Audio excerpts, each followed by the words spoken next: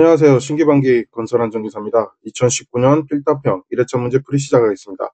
다음과 같은 사업장의 종합재해 지수를 구하시오. 첫 번째 문제입니다. 조건은 상시 근로자 수 500명에 1일 8시간, 연간 280일 근무고요. 연간 재해 건수 6건에 연간 휴업일 수는 103일이 되겠습니다.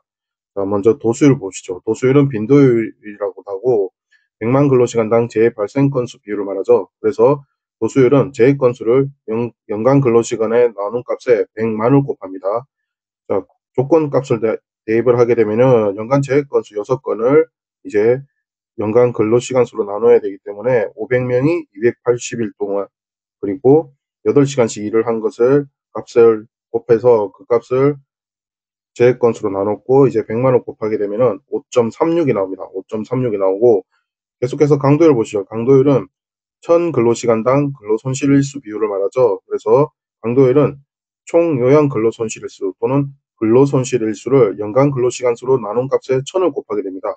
이렇게 해서 강도율을 구하게 되면은 우리가 총 요양 근로손실일수, 즉 근로손실일수는 103일을 값해서 연간 근무는 365일 중에서 280일로 했기 때문에 280일을 365로 나눈 값입니다.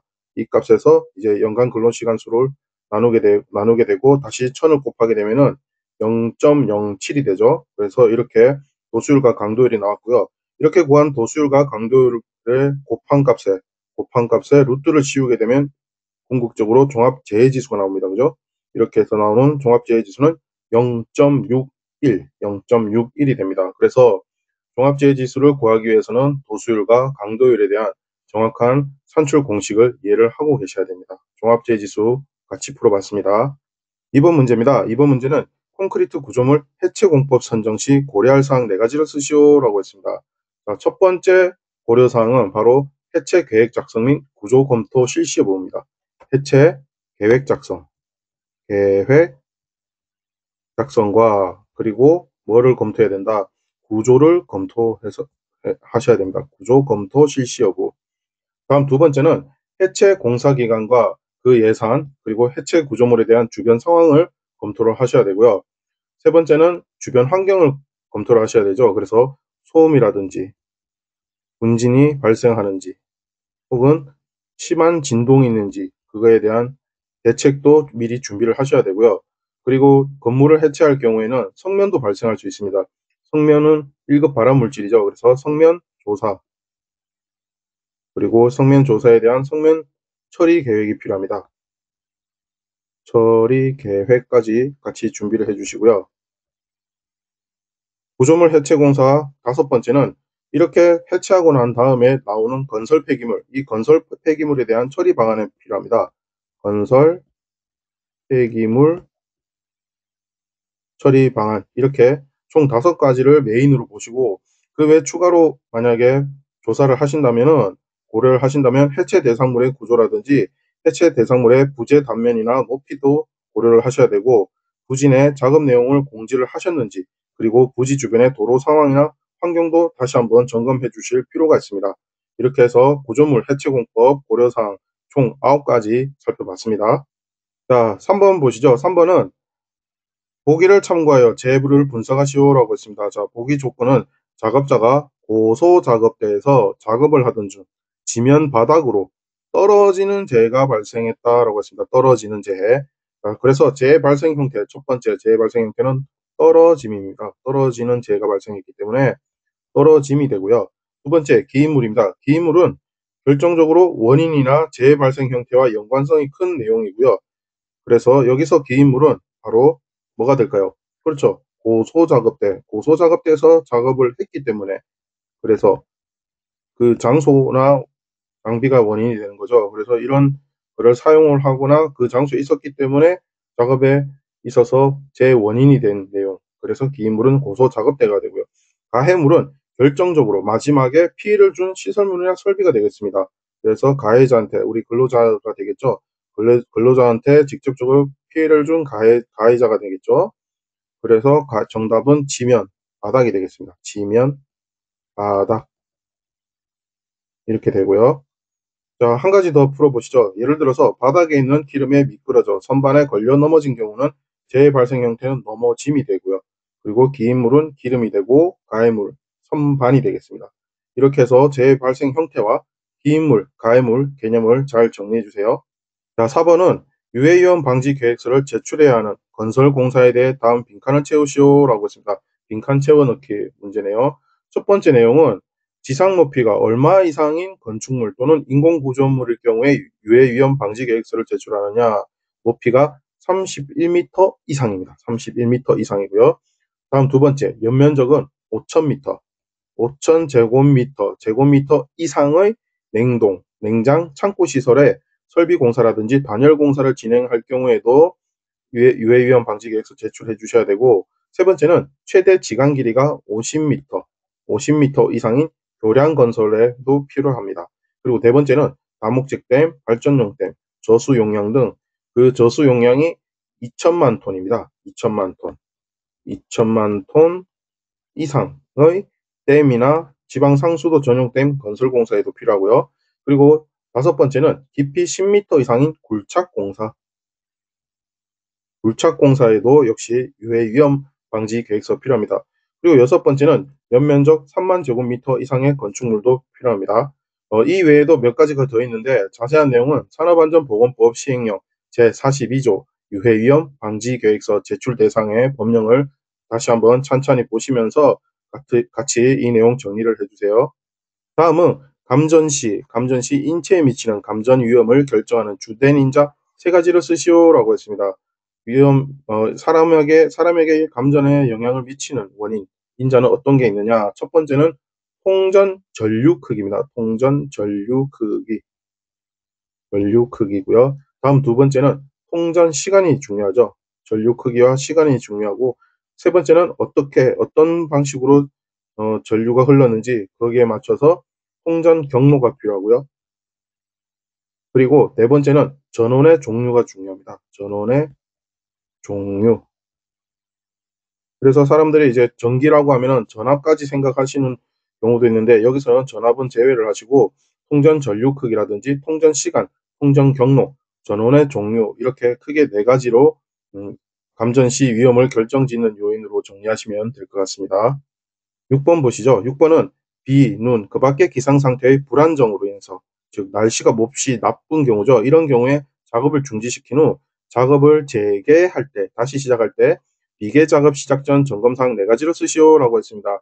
자, 이 문제는 암기 팁부터 보고 가시죠. 암기법은 빨간색으로 표기한 암기법 손발 연기해, 손발로 연기해, 손발 연기해가 되겠습니다. 첫 번째 손은 손잡이의 탈락 여부를 점검해 주셔야 됩니다. 손잡이의 탈락 여부. 자, 두 번째 발은 발판 재료의 어떤 부분이냐, 손상 여부를 확인해 주시고 작업을 다시 재개를 해야 되니까 그래서 발판 재료의 손상 여부라든지 부착이나 또는 걸림 상태도 확인해 주셔야 됩니다. 걸림 상태. 제대로 걸려 있는지 그 걸림 상태도 확인해 주셔야 되고요. 다음으로 세 번째는 재료 부분인데 어떤 재료냐? 연결 재료입니다. 연결 재료와 그리고 연결 철물에 대해서 역시 손상이나 또는 부식이 있는지 그 상태를 점검해 주셔야 됩니다. 녹이 슬었는지. 그리고 네 번째는 기둥입니다. 기둥. 뒤에서는 기둥인데 이때 기둥이 내려앉았는지 치마라든지 변형, 모양이 바뀌었다든지 위치가 뒤틀려졌다든지 변이죠. 변이, 위치 변화라든지 또는 흔들림의 상태도 확인해 주셔야 됩니다. 흔들림의 상태. 그리고 네 번째 해는 해당 비계의 연결부죠. 연결부라든지 또는 접속부의 풀림 상태 여부, 풀림의 여부를 확인을 해 주셔야 됩니다. 그리고 추가로 여섯 번째는 로프의 부착 상태라든지 매단 장치의 흔들림 상태 여부도 확인해 주셔야 됩니다. 암기법 다시 보시죠. 손발 연기해. 이게 바로 비계 작업 시 시작 전 점검 사항이라는 거 잘 기억해 주세요. 자, 7번 문제는 건물 등 해체 공법의 종류 5가지를 쓰시오라고 했습니다. 해체 공법 종류 5가지. 어떻게 해체를 하느냐? 첫 번째는 대표적으로 기계의 힘을 이용하는 기계력에 의한 공법이 있습니다. 기계력에 의한 해체 공법. 두 번째는 전도에 의한 해체 공법. 전도에 의한 해체 공법이 있고요. 세 번째는 유압력에 의한 해체공법이 있습니다. 유압력에 의한 해체공법. 네 번째는 화약, 가스, 그리고 이러한 폭발력에 의한 해체공법이고요. 다섯 번째는 제트력에 의한 해체공법이 있습니다. 그리고 여섯 번째는 정적 파쇄제어에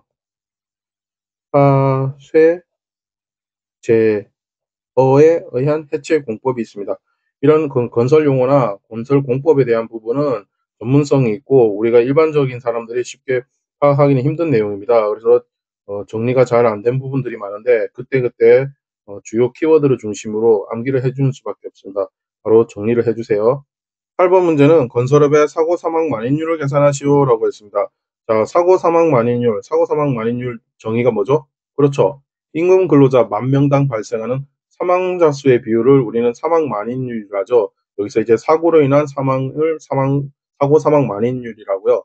자, 이 사고 사망 만인율은 지금 그림에서 보시는 바와 같이 만분율을 사용합니다. 퍼센테이지가 아니고 퍼센트가 아닌 만분율을 쓰고 이 내용은 우리가 퍼미리아드라고 읽습니다. 그래서 공식을 구하게 되면은 사고 사망자 수를 어떻게 한다? 상시 근로자 수로 나눈 값에 만을 곱한 것이 바로 사고 사망 만인율이고 단위는 만분율 퍼 밀리어드를 쓴다는 거 주의를 해주시면 되겠습니다. 상시 근로자 수는 아래 공식 내용을 참고로 해서 건설업에 대한 상시 근로자 수 구하는 공식도 같이 정리해 주시면 좋겠습니다. 자, 이어서 9번 보시죠. 9번은 관광비계 설치 시 조립 간격에 대해 빈칸을 채워 넣으시오라고 했습니다. 자, 관광비계 종류 대표적인 게 단관비계와 틀비계가 있고요. 이때 틀비계는 높이 5m 미만 제외라고 했습니다. 자, 조립 간격은 수직 방향과 수평 방향이 있네요. 첫 번째 단관비계입니다. 단관비계의 수직 방향은 조립 간격이 5m죠. 5m가 되고요. 수평 방향도 역시 5m가 됩니다. 계속해서 틀비계 5m 미만의 틀비계의 경우에는 수직 방향은 6m가 되고요. 그리고 수평 방향은 조립 간격이 8m가 되겠습니다. 그래서 단관비계는 55, 틀비계는 68 이렇게 수직 방향, 수평 방향 각각 정리하시면 되겠습니다. 계속해서 10번 보시겠습니다. 10번은 산업안전보건 조직 중 라인형 조직의 장단점을 쓰시오라고 했습니다. 자, 라인형 조직 어떻게 되죠? 첫 번째는 장점인데요. 장점은 명령 및 지시가 신속하고 정확합니다. 정확하다. 그리고 그에 반해서 단점은 안전 정보가 어떻죠? 충분한가요? 전문성이 떨어지기 때문에 불충분하죠. 불충분하다. 그리고 밑에 표를 보시면 스태프형이 있습니다. 스태프형, 참모형이라고도 하죠. 이 스태프형과 참모형은 장점으로는 라인형에 비해서는 안전정보 수집이 용이하고 빠르게 정보를 획득할 수가 있습니다. 단점으로는 안전과 생산을 별개로 보겠죠. 그래서 그런 것 때문에 좀 정보 습득이 쉬운 반면에 어떻게 보면은 이분화되어 있어서 그런 복잡성이 조금 있습니다. 그리고 라인 스태프형과 혼합형도 있는데요. 이것은 라인형과 스태프형의 장점을 각각 섞은 거죠. 그래서 라인 스태프형, 혼합형은 장점은 명령이 신속하고 정확하며 안전정보 수집이 용이하고 빠르다. 단점으로는 명령 개통과 조언에 대해서 권고적 참여로 인한 혼돈이 우려가 된다. 이 부분이 단점이 되겠습니다. 그래서 라인형과 스태프형, 참모형, 그리고 라인 스태프형, 혼합형 이 부분에 대한 것도 각각 같이 정리를 해주시면 좋겠네요. 11번 문제는 작업 중 물체가 떨어지거나 날아올 위험을 방지하기 위한 조치사항 세 가지를 쓰시오 했습니다. 떨어지거나 날아올 위험, 비례를 말하는 거죠. 자, 이것은 암기법으로 먼저 정해야겠습니다. 암기법은 낙, 방출, 보수입니다. 낙, 방출, 보수. 자, 첫 번째 낙은 물건이 떨어지거나 날아오는 거기 때문에 낙하물 방지망을 설치를 해야 되겠죠. 그래서 낙하물 방지망을 설치를 해주셔야 됩니다. 방지망 설치. 두 번째는 방호 선반도 설치해 주셔야 되고요. 세 번째는 물체가 떨어지거나 날아올 위험이 있는 장소에 근로자의 접근을 차단을 해 주셔야 됩니다. 그래서 출입 금지 구역을 설정해 주셔야 됩니다. 출입 금지 구역의 설정이 필요하고요. 네 번째는 이러한 위험한 장소에는 반드시 현장에 보호구를 착용을 해야 되겠죠. 그래서 보호구 착용 여부도 점검을 해 주시고요. 그리고 다섯 번째는 수직 보호망입니다. 보호망. 수직 보호망을 통해서 사람이 추락할 경우에도 안전하게 생명을 유지할 수 있게끔 수직 보호망까지 설치하게끔 이렇게 하셔서 암기법 낙방출보수 정리하시면 되겠습니다. 12번은 보일링 방지 대책 5가지를 쓰시오라고 했습니다.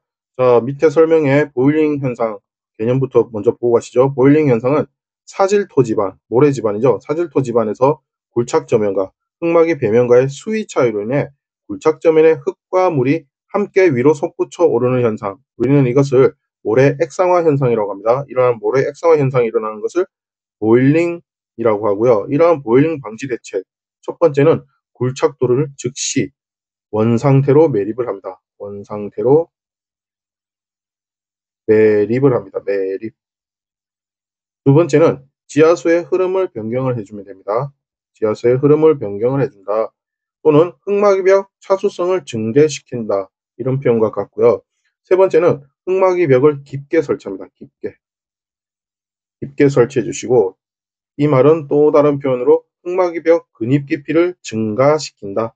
흙막이벽 근입 깊이를 증가시킨다. 네 번째는 흙막이벽 배면 지반의 지하 수위를 저하시킵니다. 지하 수위 저하. 그리고 이 말은 굴착저면 아래까지 부변 수위를 저하시킨다라는 표현과 동일합니다. 자, 그리고 다섯 번째는 흙막이벽 배면 지반에 그라우팅을 실시합니다. 그라우팅.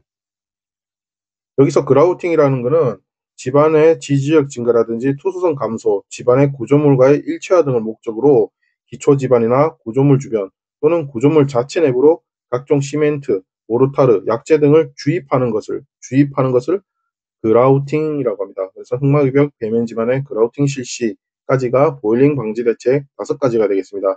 이 5가지 시험에 가끔씩 보일링 잘 나오니까 개념을 정리해 주시면 되겠습니다. 산업안전보건법령상 근로자 정기교육을 묻는 문제가 오늘의 13번 문제가 되겠습니다. 자, 이 정기교육 내용 4가지를 쓰시오라는 말은 채용 시 교육 내용을 쓰시오, 혹은 작업 내용 변경 시 교육 내용을 쓰시오, 또는 관리 감독자 정기교육 4가지를 쓰시오라고 문제를 물을 수도 있어요. 전부 다 동일한 답을 원하기 때문에 우리는 이 한 가지만 암기를 잘 하시면은 총 4가지 문제에 대한 답을 쓰실 수가 있습니다. 자, 그래서 중요한 암기법. 산산산 직직위가 있고요. 첫 번째 산은 산업안전보건법령입니다. 산업안전보건법령. 그리고 산업재해 보상보험 제도가 있죠. 산업재해 보상보험. 이 제도에 관한 사항을 잘 알고 계시고 교육을 하셔야 되고요. 다음 두 번째 산은 산업안전입니다. 산업안전 및 사고 예방에 관한 사항. 그리고 세 번째 산은 산업 앞에 두 번째가 안전이 나왔기 때문에 세 번째는 산업보건이 나와야 되겠죠. 그래서 산업보건과 그리고 직업병 예방에 관한 사항입니다.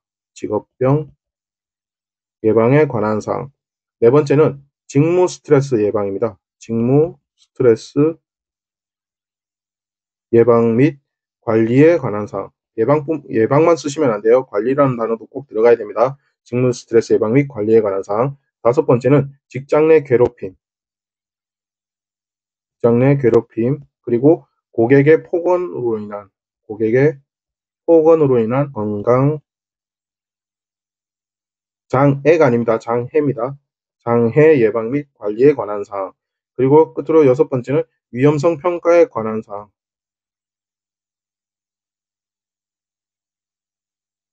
자, 이 내용은 법령에 이거 말고도 다른 내용들이 많지만 대표적으로 쉽게 외울 수 있는 것 6가지만 뽑았습니다. 산산산 직직이고 단어라든지 조사 같은 경우도 법령 문제이기 때문에 완벽하게 쓰실 수 있게끔 좀 꼼꼼하게 암기해 주시길 당부드립니다. 자, 14번 문제입니다. 14번 문제는 보기에서 제시하는 안전보건 표지의 명칭을 쓰시오라고 했습니다. 첫 번째는 사람이 움직이는 것에 대한 것에 빗금이 쳐져 있어 그래서 보행금지가 되겠습니다. 보행금지 표지. 보행금지 써주시고요. 두 번째는 경고 표지판이네요. 어떤 경고냐? 불타는 모습이 보이죠? 그래서 인화성 물질 경고. 산화성 같은 경우에는 안에 불꽃이 동그라미로 되어 있죠. 그래서 그 부분 산화성과 인화성 구분을 좀 잘 해주시고요.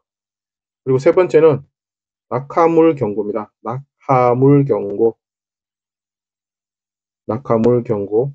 그리고 네 번째는 이걸 안전보건 표지로 잘못 이해하시는 분들이 있는데 이거는 녹십자 표지입니다. 녹십자 표지.